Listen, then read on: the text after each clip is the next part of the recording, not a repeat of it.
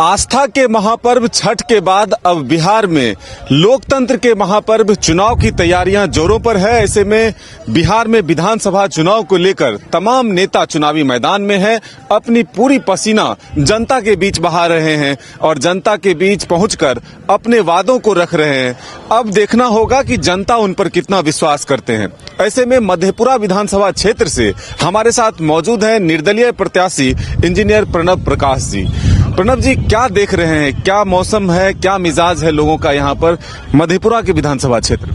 बिल्कुल, जैसा कि आप खुद भी देख रहे होंगे, ये मौसम बदल गया है। लगभग 5-7 दिन पहले की जो मौसम की गर्माहट थी वो अब एक ठंडी हवा बयार के रूप में चल रहा है। कमोबेश यही माहौल मधेपुरा विधानसभा का भी है। जो जनता है, तमाम राजनीतिक दलों के जो प्रोपेगेंडा है उनसे त्रस्त आ चुकी है और जनता एक विश्वसनीय चेहरा के रूप में इंजीनियर प्रणव प्रकाश को देख रही है। और सिर्फ एक प्रखंड की बात नहीं है, 40 पंचायत, 26 नगर परिषद के वार्ड, आप हर जगह जाके देख लीजिए, मिल लीजिए, आपको एक विश्वसनीय चेहरा के रूप में, एक कर्मठ ईमानदार व्यक्ति के रूप में प्रणव प्रकाश की पहचान है। और हम लगातार जनता के सरोकार से जुड़े मुद्दे जो हैं, जन सरोकार के जुड़े मुद्दे, वो लेके जनता के बीच जा रहे हैं। अगर हम कहें सरोकार के मुद्दे हैं क्या, तो सरोकार के मुद्दे हैं ध्वस्त होती सिंचाई व्यवस्था। ये कृषि प्रधान जिला है और विधानसभा में खास करके जो रोजी रोटी का मुख्य जरिया है वो है खेती। और खेती किसानी में अब आमदनी का जो स्रोत है वो सिकुड़ता जा रहा है। और आप देखिएगा कि जोत का जो रकबा है वो भी कम हो रहा है। तो जो लागत बढ़ रहा है, एक ध्वस्त होती सिंचाई व्यवस्था से डीजल से लोग पटवन करते हैं, तो जो आपका लागत है, आप लागत को भी पूरा नहीं कर पा रहे खेती के माध्यम से। जो आप कालाबाजारी से खाद खरीदते हैं, डीजल से पटवन करते हैं, ये तमाम चीजें जो खेती किसानी के रीढ़ की हड्डी को तोड़ रहा है। अगली बात करते हैं युवाओं की। रोजी रोजगार की जो बात होनी चाहिए थी यहाँ पे, वो रोजी रोजगार की बात बिल्कुल नहीं था। इस एरिया में कृषि आधारित छोटे उद्योग लगाए जा सकते हैं। हमारे मुख्य एजेंडे में हमने इन बातों को रखा है। स्वास्थ्य व्यवस्था के लिए जो मेडिकल कॉलेज में चरमराती व्यवस्था है, तमाम मंचों से ये बात होता है, लेकिन हमारा उद्देश्य ये है कि जो मेडिकल कॉलेज की व्यवस्था हो वो सुदृढ़ हो, प्राथमिक स्वास्थ्य केंद्र में जो स्वास्थ्य की सुविधाएं हैं वो भी बेहतर हो। तो ये मुख्य मुद्दे हैं जिसको लेके मैं जनता के बीच जा रहा हूँ। बड़े बड़े राजनीतिक दल के चुनावी वादे देख रहे हैं, कोई मैया सम्मान योजना, माई बहन योजना, कोई नीतीश सरकार की अगर हम बात करें तो वो भी 10,000 रुपए महिलाओं के खाते में उनके उत्थान के लिए दिया है। इस बीच में आप एक निर्दलीय उम्मीदवार के तौर पर लग रहा है कि जनता आपके वादों पर विश्वास करेगी, क्योंकि बड़े बड़े राजनीतिक दल है, बड़े बड़े नेता हैं, बड़े बड़े वादे हैं। देखिए, मैं आज निर्दलीय प्रत्याशी हूँ, लेकिन अगर आज से 10 दिन पहले तक देखेंगे तो मैं एक मजबूत दावेदार था किसी एक पर्टिकुलर दल का। तो मेरे साथ जनता का स्नेह है, जनता का प्यार है और जनता इस बात को जानती है कि प्रणव प्रकाश एक काम करने वाला व्यक्ति है जिसके साथ जनता का स्नेह जुड़ा है। और ये स्नेह एक दिन में नहीं बनता है। भले हम प्रत्याशी निर्दलीय हो, मैं कहता हूँ अपने आप को मैं जनता का प्रत्याशी हूँ।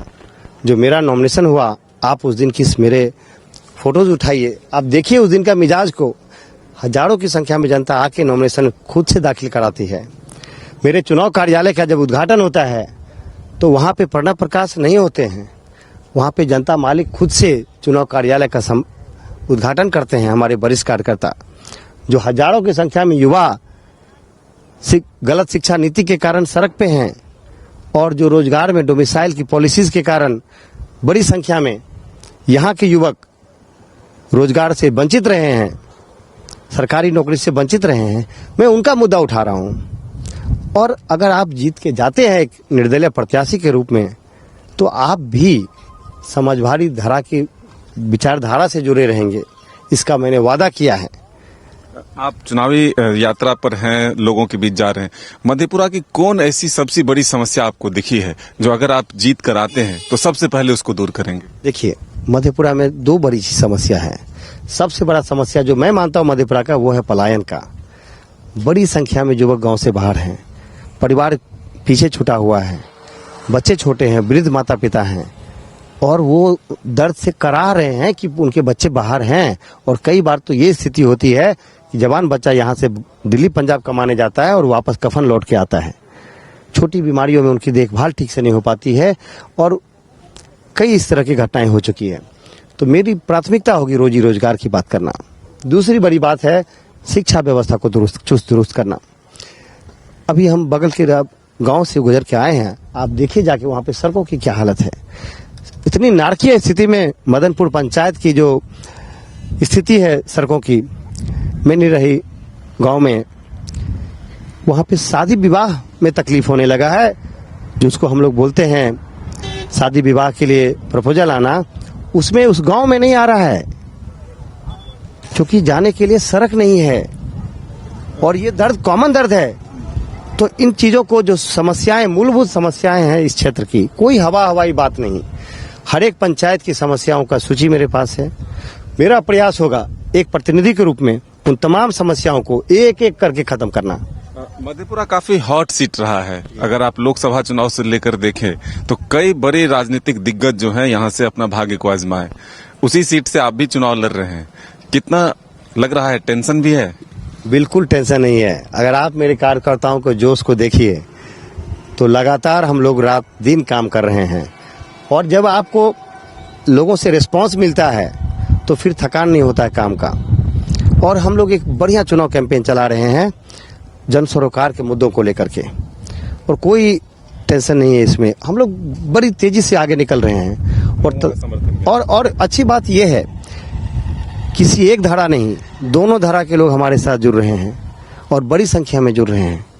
उनके लिए एक उम्मीद की किरण है कि एक साफ सुथरी राजनीति मधेपुरा में हो और समाजवादी धारा को हम और तेजी से मजबूत कर सकें। तो ये थे इंजीनियर प्रणब प्रकाश जी जो कह रहे हैं कि जनता का समर्थन ही इन्हें ऊर्जा दे रहा है और वो चुनावी मैदान में अपने कदम को और आगे तेजी से बढ़ाते जा रहे हैं। अब देखना होगा कि मधेपुरा की जनता वोट के रूप में इनको अपना आशीर्वाद कितना देती है और चुनाव परिणाम इनके पक्ष में होता है।